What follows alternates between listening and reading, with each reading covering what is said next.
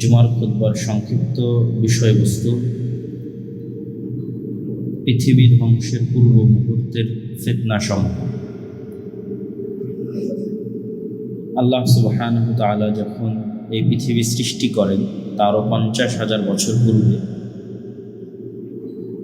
আল্লাহ সুবহানাহু ওয়া তাআলা তাকদীর লিখেছেন। যদিও তাকদীর আল্লাহ সুবহানাহু ওয়া তাআলার জ্ঞান, আর আল্লাহ সুবহানাহু ওয়া তাআলার জ্ঞান অনাদি এবং অনন্ত এবং অসীম, তথা এটির কোনো নির্ধারিত অতীত এবং নির্ধারিত ভবিষ্যৎ সময়ের বাধ্যবাধকতার ঊর্ধ্বে এবং জ্ঞানের সীমার ঊর্ধ্বে। তো আল্লাহ সুবহানাহু ওয়া তাআলার সেই জ্ঞান থেকে পৃথিবী সংক্রান্ত আল্লাহ সুবহানাহু ওয়া তাআলার যে সিদ্ধান্তগুলো, সেগুলো তিনি পৃথিবীর সৃষ্টির 50,000 বছর পূর্বে লিপিবদ্ধ করেছেন। ফলত পৃথিবী সৃষ্টির পূর্বেই এই সিদ্ধান্ত হয়েছে যে পৃথিবী একদিন ধ্বংস হবে। এটি পৃথিবী সৃষ্টির পূর্বে, এবং পৃথিবীতে থাকা সকল কিছুই প্রমাণ বহন করে যে পৃথিবী একদিন ধ্বংস হবে। এবং ইসলামের এবং পবিত্র কোরআনের সকল কথার সারমর্ম যদি আমরা দুটি বাক্যের অন্তর্ভুক্ত করতে চাই, যে আমাকে পবিত্র কোরআনের সারমর্ম বলে দিন অথবা সমগ্র ইসলামের সারমর্ম বলে দিন দুইটি বাক্যর মধ্যে, তাহলে একটি বাক্য হবে আল্লাহর তাওহীদ, আর দ্বিতীয় বাক্য হবে পরকাল, পুনরুত্থান। এবং যখনই রাসূল সাল্লাল্লাহু আলাইহি ওয়াসাল্লাম এবং আল্লাহ সুবহানাহু ওয়া তাআলা ইসলামের আকীদা এবং বিশ্বাসগুলোকে সংক্ষিপ্ত করেছেন, তখন সবগুলোকে বাদ দিলেও এই দুইটাকে বাদ দেয়নি, যে মান আমানা বিল্লাহ ওয়াল ইয়াউমিল আখির, যে আল্লাহর উপর ঈমান রাখে এবং পরকালের উপর ঈমান রাখে, তথা মানুষের মৃত্যু হবে এবং মৃত্যুর পরে মানুষকে পুনরায় উত্থান হবে, মানুষের পুনরুত্থান। তো পুনরুত্থানের এই বিশ্বাস, পৃথিবী ধ্বংসের পরে মানুষের যে পুনরুত্থান হবে, এই বিশ্বাসটা ইসলামের যদি আমরা সর্বশেষ সামারি করি, তাহলে তার মধ্যেও এটি জায়গা পাবে, এবং পুরো কোরআনের সকল কথা যদি সারমর্ম করা হয় তার মধ্যে জায়গা পাবে।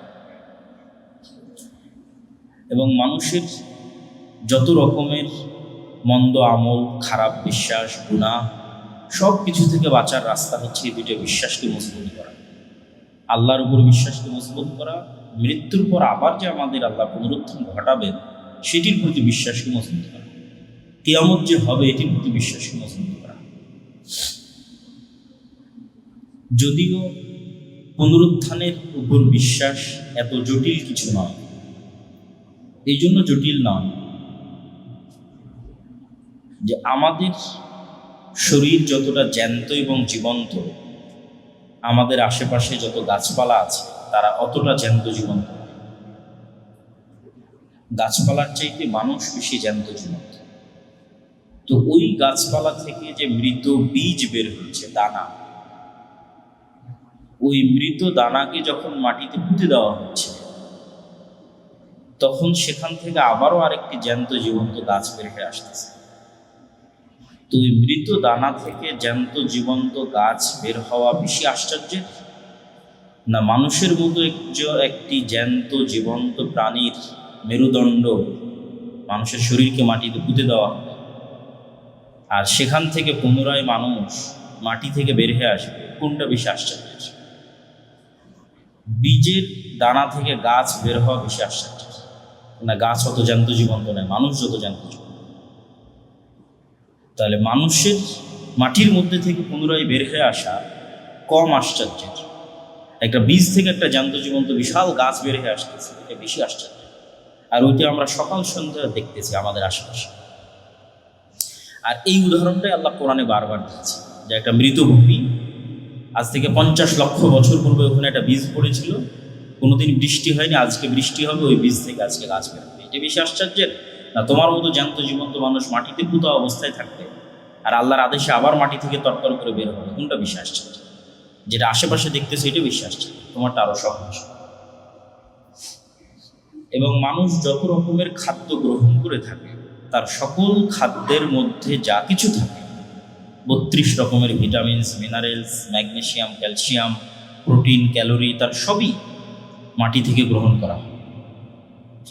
যত রকমের গাছপালা, সেই গাছপালা আবার খাসি, বকরি, গরু তারা খায়, তাদের গোস্ত আবার আমরা খাই, আবার ওই সমস্ত গাছপালার ফল ফলাদি আমরা খাই। ফলত একটা কলার গাছ থেকে যে কলা ছিঁড়ে আমি খাচ্ছি, ওই কলার মধ্যে যে ম্যাগনেসিয়াম আছে, ক্যালসিয়াম আছে, এটা ওই কলা মাটি থেকে নিয়েছি। তাহলে যেই কলার ম্যাগনেসিয়াম এবং ক্যালসিয়াম দিয়ে আমার শরীরের মধ্যে কোষ তৈরি হচ্ছে, ওই ক্যালসিয়াম ম্যাগনেসিয়াম মাটির মধ্যেই আছে, তাহলে মাটিতে কেন কোষ তৈরি হবে? আমার পুরো লাইফটাই চলতেছে মাটির উপর, মাটি থেকে নেওয়া সব কিছু। তাহলে আমার শরীরে যত কোষ তৈরি হচ্ছে, সব ভিটামিন এবং সাপ্লিমেন্ট সবগুলোর সার্ভিস দিচ্ছে মাটি। তাহলে মাটির মধ্যে প্রত্যেকটা জিনিস আছে। শুধু আল্লাহ যেই দিন আদেশ দিবেন, সেই দিন ওই মাটিতেও এই গাছের মতো তরতর করে মানুষ হয়ে যাবে, পুনরুত্থান যখন করবে, এবং এটা অতি সহজ। আর এই সহজতা দেখাতে গিয়ে, এটার উপর আমি একটা বিস্তারিত বক্তব্য সম্ভবত দাওয়াত সেন্টারে দিয়েছি। এই সহজতা দেখাতে গিয়ে আল্লাহ সুবহানাহু ওয়া তাআলা পৃথিবীতেও অসংখ্যবার পুনরুত্থান ঘটিয়েছেন, ইনস্ট্যান্ট। মুসা আলাইহিস সালামের সাথে ঘটিয়েছেন। ঈসা আলাইহিস সালামের তো মুজিজাই বানিয়ে দিলেন, যে তুমি যে কোনো মৃত মানুষের গায়ে বিসমিল্লাহ বিইজনিল্লাহ বলে হাত দিলে সে জীবিত হয়ে যাবে। এবং তুমি কোথাও থেকে একটা মাটির এক খাবল মাটি নিয়ে সেখানে ফু দিবা বিসমিল্লাহ বিইজনিল্লাহ বলে, তোমার হাত থেকে মাটি পাখি হয়ে আকাশে উড়ে যাবে। তো এটা তো এক নবীর আল্লাহ মুজিজাই বানিয়ে দেন। আর কিয়ামতের পূর্ব মুহূর্তে এই পুনরুত্থানেরও কিছু কারিশমা আল্লাহর অনুমতিতে দাজ্জাল দেখাবে। এবং দাজ্জাল পৃথিবী ধ্বংসের পূর্বের সবচেয়ে বড় ফিতনা। তো দাজ্জাল কেন পৃথিবী ধ্বংসের পূর্বের সবচেয়ে বড় ফিতনা, এটিও আমাদের জানা দরকার। আমরা ফিতনার আলোচনা হয়তো সারমর্ম সামারি আকারে শেষ করব, কিন্তু কেন দাজ্জালের ফিতনা ভয়াবহ, সবচেয়ে ভয়াবহ ফিতনা কেন বলা হচ্ছে? আদম আলাইহিস সালাম থেকে নিয়ে কিয়ামত পর্যন্ত যত ফিতনা অতীতে সংঘটিত হয়েছে, আজ হচ্ছে, তার মধ্যে সবচেয়ে বড় ফিতনা বলা হচ্ছে এটিকে, যে ফিতনা মোকাবেলা করবে উম্মতে মুহাম্মদ। এটার সবচেয়ে বড় কারণ যেটা আমার মনে হয়েছে, সেটি হচ্ছে আল্লাহ সুবহানাহু ওয়া তাআলা, আমি বলেছি যে ইসলামের দুইটা সারমর্ম, একটা পরকাল আর একটা আল্লাহর তাওহীদ। তো আল্লাহ সুবহানাহু ওয়া তাআলার যে তাওহীদ, এই তাওহীদের বিরুদ্ধেই মানুষ বিদ্রোহ করেছে। আর ওই তাওহীদের দাওয়াত দিতেই আল্লাহ নবী রাসূল পাঠিয়েছে। তো যত নবী রাসূল এই তাওহীদের দাওয়াত দেওয়ার জন্য এসেছে, তাদের তাওহীদের দাওয়াতের মূল যুক্তি ছিল, যেই যুক্তি তর্ক দিয়ে আল্লাহ কোরআন পরিপূর্ণ করে রেখেছে, সেই যুক্তি ছিল যে তোমরা যে বাতিল ইলাহের ইবাদত করতেছো, এই বাতিল ইলাহের মধ্যে যে রব হওয়ার কোনো শক্তি নাই, কোনো ক্ষমতা নাই, কোনো গুণ নাই, তাহলে কেন তোমরা তার ইবাদত করতেছো? আরও এক বাক্যে বললে, ইবাদতের যোগ্য সেই যে রব হওয়ার ক্ষমতা রাখে। যে রব হওয়ার ক্ষমতা রাখে না, সে ইলাহ হওয়ার যোগ্য নয়। তার কাছে আমি সাহায্য চাইবো, এটারও সুযোগ্য নয়। তার কাছে সিজদা করবো, এটারও সুযোগ্য নয়। তার নামে মানত দেবো, এটারও সুযোগ্য নয়। কে এটার যোগ্য? যে রব হওয়ার ক্ষমতা দেখাতে পারে। তাহলে অতীতে যত নবী রাসূল দাওয়াত নিয়ে আসলেন এবং কোরআন যত যুক্তিতর্ক পেশ করলো, সেই সকল যুক্তিতর্কের সারমর্ম হচ্ছে, যত বাতিল ইলাহের ইবাদত করা হয়, এদের মধ্যে রব হওয়ার যোগ্যতা নেই। সেটা ঈসা আলাইহিস সালামরা, সেটা খ্রিস্টানরা ঈসা আলাইহিস সালাম এবং মারিয়াম আলাইহিস সালামের ইবাদত করুক, সেটা হিন্দুরা মা কালী, মা দুর্গা ইত্যাদির ইবাদত করুক, সেটা মুসলমানরা শাহজালাল, শাহপরানের ইবাদত করুক, যারই আল্লাহ ব্যতীত আর যার কাছে মানুষ মাথা নত করুক, ওসিলা মনে করুক, তাদের মধ্যে রব হওয়ার যোগ্যতা নেই। এটার যদি দু একটা উদাহরণ কোরআন থেকে দিই, আল্লাহ সুবহানাহু ওয়া তাআলা কোরআন মাজিদে বলছেন, কুল উদউল লাযীনা যাআমতুম মিন দুনিল্লাহ লা ইয়ামলিকুনা মিসকালা যাররাতিন ফিস সামাওয়াতি ওয়ালা ফিল আরদ। মানুষদেরকে বলে দাও যে মানুষেরা আল্লাহ ব্যতীত আর যাদেরকে ইলাহ মনে করতেছে, তারা পৃথিবীর সরিষা সমপরিমাণ কোনো কিছুর মালিকানা দাবি করতে পারে কি আসমান এবং জমিনের মধ্যে? আর এক আয়াতে আল্লাহ সুবহানাহু ওয়া তাআলা বলেছেন এই সরিষা সমপরিমাণের জায়গায়, যে খেজুরের বীজের উপরের, বিচির উপরের যে পাতলা আবরণ আছে, ওই সমপরিমাণ জায়গার মালিকানা কি তারা দাবি করতে পারে? ঠিক আছে, যদি তারা মালিকানা দাবি না করতে পারে, তাহলে তাদেরকে বলো যে তারা এতটুকু দাবি করুক যে আল্লাহ সুবহানাহু ওয়া তাআলা যখন এই আসমান এবং জমিন সৃষ্টি করেছিল, তখন তাদের সহযোগিতা নিয়েছে। মানুষ বলুক যে আল্লাহ আসমান সৃষ্টিতে ঈসা আলাইহিস সালামের সহযোগিতা নিয়েছে, মারিয়াম আলাইহিস সালামের সহযোগিতা নিয়েছে, শাহজালাল, শাহপরানের সহযোগিতা নিয়েছে, মা কালী, মা দুর্গার সহযোগিতা নিয়েছে, এটা দাবি করে। মালিকানার দাবি যখন করতে পারতেছে না, তখন সহযোগিতার দাবি, যে আল্লাহ আসমান জমির সৃষ্টিতে তোমাদের এই বাতিল ইলাহদের সহযোগিতা নিয়েছে, এটাও তো তারা করতে পারে। তো এরকম বিভিন্ন অ্যাঙ্গেল থেকে আল্লাহ সুবহানাহু ওয়া তাআলা একটি কথাই ফুটিয়ে তুলতে চেয়েছেন। যেমন আর এক আয়াতে আল্লাহ সুবহানাহু ওয়া তাআলা বলছেন, আয়ুশরিকুনা মা লা ইয়াখলুকু শাইয়্যান ওয়া হুম ইখলাকুন, তারা কি আল্লাহ ব্যতীত এমন কিছুর ইবাদত করে যারা কোনো কিছু সৃষ্টি করতে পারবে না। আর এক আয়াতে আল্লাহ সুবহানাহু ওয়া তাআলা বলছেন, তাদেরকে বলো যে তারা মাছি বা মশা সৃষ্টি করতে পারবে না। তাহলে সৃষ্টি করার ক্ষমতা রবের, তাহলে যে সৃষ্টি করার ক্ষমতা রাখে না সে ইবাদত পাওয়ার যোগ্যতা রাখে না। বরং অহুম ইখলাকুন, বরং ওদেরকেই তো কেউ না কেউ সৃষ্টি করেছে। যত বাতিল ইলাহের মানুষ ইবাদত করতেছে তাদেরকেই কেউ না কেউ সৃষ্টি করেছে। আল্লাহ সুবহানাহু ওয়া তাআলা পবিত্র কোরআন মাজিদে এই সেম বিষয়টা ফুটে তোলার জন্য আর এক আয়াতে বলছেন, ওয়ালা তাদউ মিন দুনিল্লাহি মা লা ইয়ানফাউকা ওয়া লা ইয়াদুররুক। এবং ইব্রাহিম আলাইহিস সালাতু ওয়াস সালাম তার পিতাকে বলছেন যে মা লা ইয়াসমাউ ওয়া ইউবসির, যে হে পিতা, আপনি এমন কিছুর ইবাদত করছেন যার না উপকার করার ক্ষমতা আছে, না ক্ষতি করার ক্ষমতা আছে, না শোনার ক্ষমতা আছে, না দেখার ক্ষমতা আছে। তো এই প্রত্যেকটা অ্যাঙ্গেল থেকে আল্লাহ সুবহানাহু ওয়া তাআলা এই কথাটি ফুটিয়ে তুলতে চেয়েছেন যে ইবাদতের যোগ্যতা তারই যার রব হওয়ার ক্ষমতা আছে। কুল হুয়াল্লাহু আহাদ আল্লাহুস সামাদ লাম ইয়ালিদ ওয়া লাম ইউলাদ, যে আজকে জন্ম নিল কালকে মারা যাবে, তার মধ্যে রব হওয়ার ক্ষমতা নাই। মৃত্যুবরণকারী কখনোই রব হতে পারে না, কেন রব হতে হলে আসমান জমিন সকল কিছু রব, মানে তাকে চিরন্তন অবস্থায় থাকে বাধ্যতামূলক। ওয়ালাম ইয়াকুল লাহু কুফুয়ান আহাদ, এবং তার সাদৃশ্য কেউ হবে, তার সমকক্ষ কেউ থাকবে, এটাও হওয়া যাবে না। সে একক এবং অদ্বিতীয়। তো এত যুক্তি তর্ক দেওয়ার পরেও এবং পৃথিবীর কোনো বাতিল ইলাহ এই প্রমাণ না দিতে পারার পরেও যে তাদের মধ্যে রব হওয়ার ক্ষমতা নাই, সৃষ্টি করার ক্ষমতা নাই, সহযোগিতা করার ক্ষমতা নাই, পৃথিবীর মালিকানা দাবি করার ক্ষমতা নাই, চিরন্তন জীবিত থাকার ক্ষমতা নাই, ঘুমবিহীন কোনো কিছুর প্রতি মুখাপেক্ষিতাবিহীন, খাদ্যবিহীন থাকার ক্ষমতা নাই, এতগুলো যুক্তিতর্কের পরেও কয়জন মানুষ প্রকৃত তাওহীদের প্রতি ঈমান আনয়ন করেছে? পুরো কোরআন এই বিশাল যুক্তিতর্ক দিয়ে পরিপূর্ণ করা আছে। নবী রাসূলরা এই বিশাল যুক্তিতর্ক দিয়ে তাদের উম্মতদের হেদায়েত করার চেষ্টা করেছেন, আমরাও বলে যাচ্ছি। কিন্তু আজকের পৃথিবীতে কতজন মানুষ এই তাওহীদের প্রতি ঈমান আনয়ন করেছে? কোন অবস্থায়? যখন এই সমস্ত বাতিল ইলাহদের রব হওয়ার প্রমাণ দেওয়ার ক্ষমতা নাই সেই অবস্থায়। তাহলে এবার কল্পনা করেন মানুষের ঈমানের অবস্থা কি হবে যেই দিন এমন একজন আসবে যে রব হওয়ার প্রমাণের ক্ষমতার প্রমাণ দিবে, সে দাজ্জাল। আমি যদি বুঝাতে না পারি সেটা আমার ব্যর্থতা। যে আল্লাহ আদম থেকে না মুহাম্মদ সাল্লাল্লাহু আলাইহি ওয়াসাল্লাম পর্যন্ত নবী রাসূল পাঠিয়ে অন্য ইলাহদের ব্যর্থতা বুঝাচ্ছেন কি, যে এরা রব হওয়ার ক্ষমতা এদের নাই। তাহলে রব হওয়ার ক্ষমতা যে নাই সারা দুনিয়ার মানুষ দেখতেছে, তারপরও পূজা করতেছে, তারপরও ইবাদত করতেছে। তাহলে যেই দিন এমন কেউ আসবে যে রব হওয়ার প্রমাণ দেবে, আসো জান্নাত আছে আমার কাছে, জাহান্নাম আছে আমার কাছে, তোমার বাপদাদা মৃত হয়ে গেছে জীবিত করে নিয়ে এসে দিচ্ছি, আসমান বৃষ্টি বর্ষণ করবে আমার আদেশে। পুরো কোরআন তো আল্লাহ চ্যালেঞ্জ দিয়ে রেখেছে যে বৃষ্টি কে বর্ষণ করে? আমি আল্লাহ বৃষ্টি বর্ষণ করি। তাহলে ইবাদত কার হবে? আমি আল্লাহর হবে।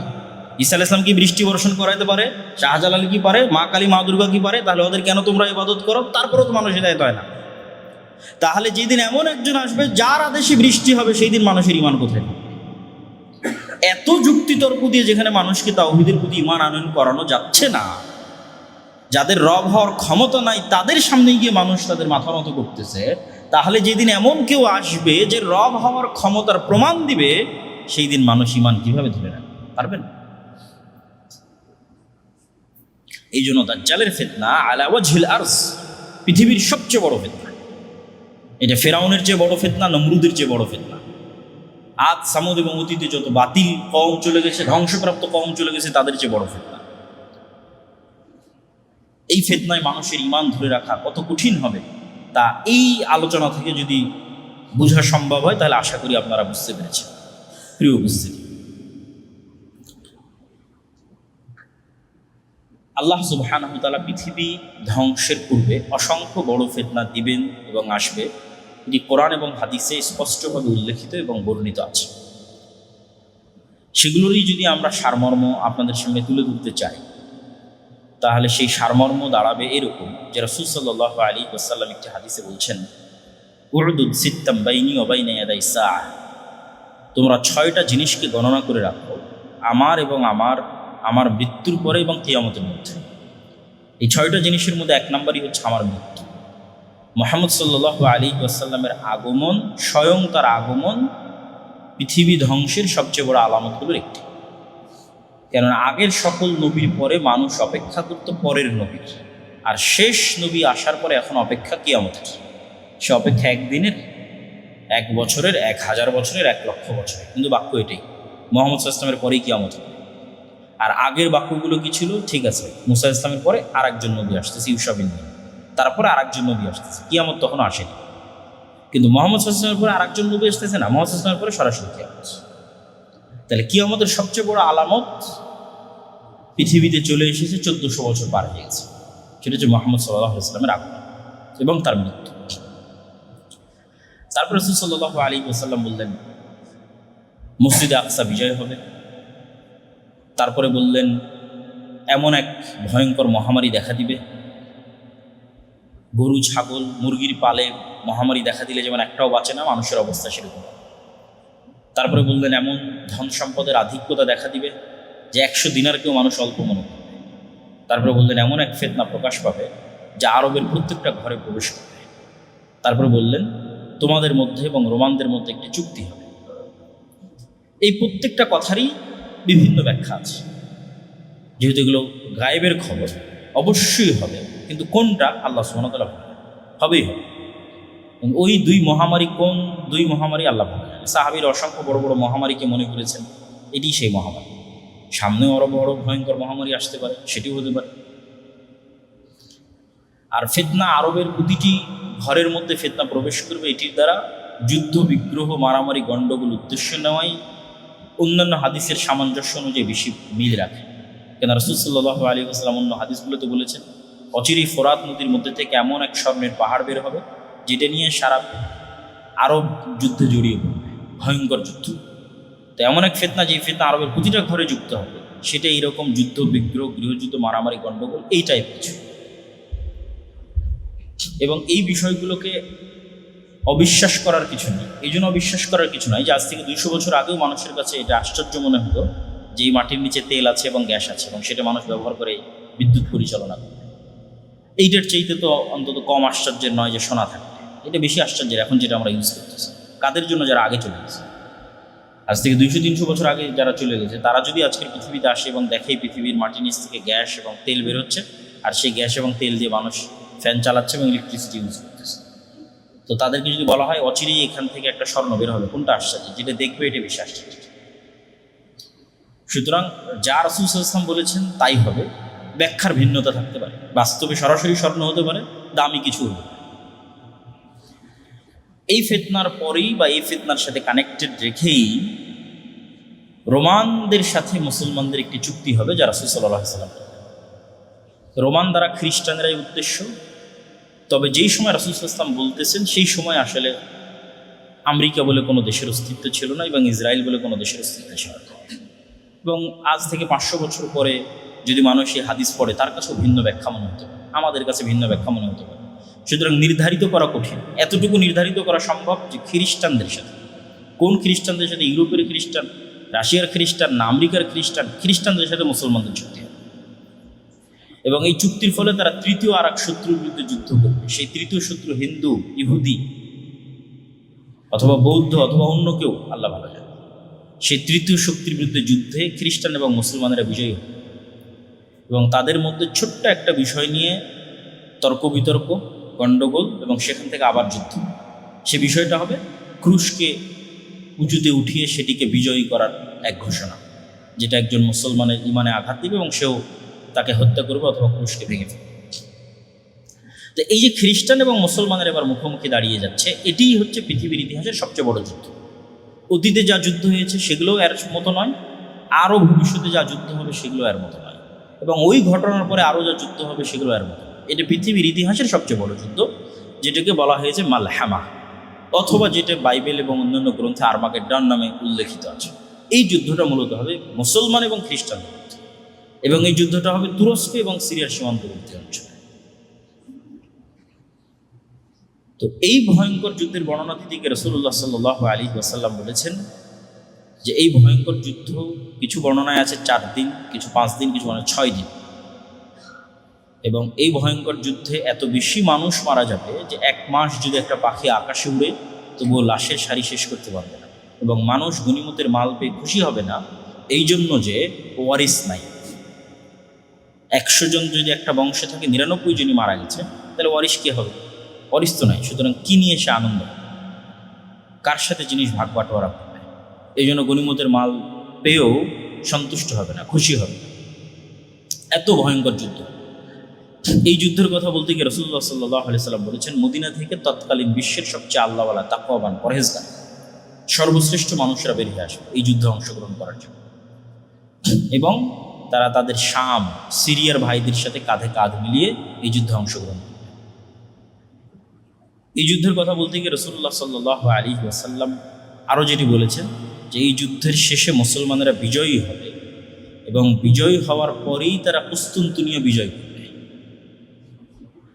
কুস্তুনতুনিয়া হচ্ছে আজকের তুরস্কের ইস্তাম্বুল, এবং যখন রাসূল সাল্লাল্লাহু আলাইহি ওয়াসাল্লাম এই হাদিস বলতেছেন তখন কুস্তুনতুনিয়া বাইজেন্টাইন এম্পায়ারের রাজধানী, এবং সুলতান মুহাম্মদ আল ফাতেহের পূর্ব পর্যন্ত প্রায় 700-800 বছর মুসলমানেরা লাগাতার চেষ্টা করেছে এই কুস্তুনতুনিয়া বিজয় করার জন্য, কিন্তু তারা কুস্তুনতুনিয়া বিজয় করতে পারে।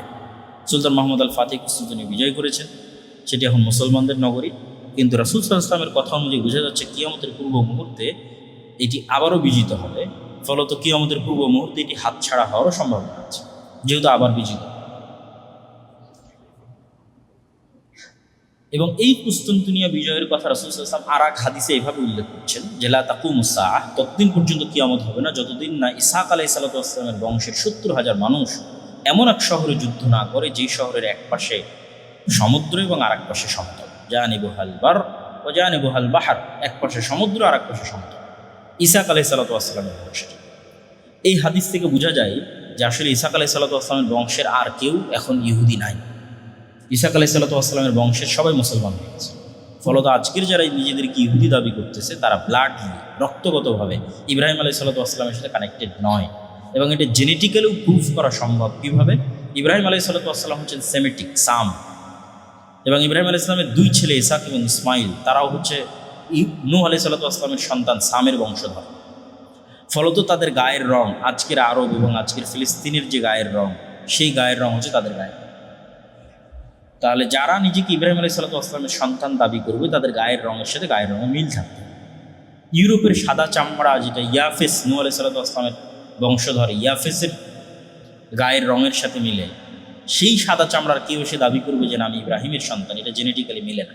এবং এটার উপর অনেক লম্বা আলোচনা আছে এবং ঐতিহাসিকভাবে প্রমাণ করা আছে যে আজকের ইহুদিরা কোনোভাবেই ইব্রাহিম আলাইহিস সালাতু ওয়াস সালামের বংশধর নয়।